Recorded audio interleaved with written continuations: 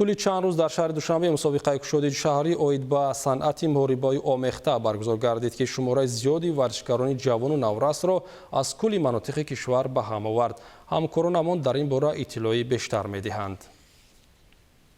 پس از چمپیونات آسیا اوید با صنعت موهریبایی آمیخته غیر کسبی که در تاجیکستان برگزار گردید، فدراسیون موهریبایی آمیخته تاجیکستان پیش خود مقصد گذاشت که تا انتهای سال چندین مسابقه‌های دیگر را نیز برگزار نماید. این نوبت چمپیونات کشتی شهر دوشنبه اوید با صنعت موهریبایی آمیخته غیر کسبی تمام ورزشکاران حدود کشور را به هم آورد. در مسابقه کشتی شهر دوشنبه ورزشکاران از 12 تا 17 ساله اشتراک نمودند.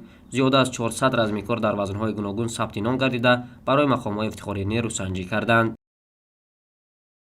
مقصد برگزاری چمپیونات کشتی شهر دوشنبه اوید با صنعت موهریبایی آمیخته غیر کسبی بین نورسان چطوری که شما می‌بینید طول 2 هفته شد برگزار شده ایستاده است و در اینجا چهره‌های نو پیدا شده ایستادند که در آینده اعضای فدراسیون تجمع می‌شوند. بیناداری خود را به فدراسیون تجمع می‌رسانند که ما را با چنین مبلغ‌های کلان دستگیری می‌نمایند و ما با این مبلغ‌ها می‌توانیم بسیار مشکلات خود را حل نماییم و مسابقه‌های آینده تیاری خوب بینیم.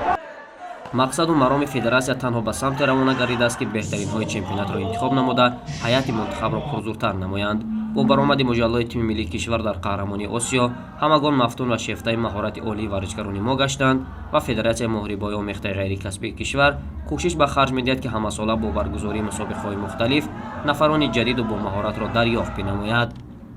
پیش از آغاز رقابت‌های نهایی مسابقه از جانب فدراسیون به غالبانی که در چمپیونات آسیا مقام‌های افتخاری را به دست آوردند مکافات پولی‌ها تقدیم کرده شد. و نفرانی که در قهرمانی آسیا مقام سوم را گرفتند مبلغ پولی به اندازه 10,000 سومانی و برندگان نشان‌های نقره 30,000 سومانی و به نفرانی که جای اول را کسب نمودند 50,000 سومانی تقدیم کرده شد. فدراسیون صنعت موهریبایی آمیخته غیر کسبی پس از چند مسابقه جمهوری را برگزار کردن است که بهترین های این مسابقه امکان اشتراک نمودن را در این شورابینی پیدا نمودند.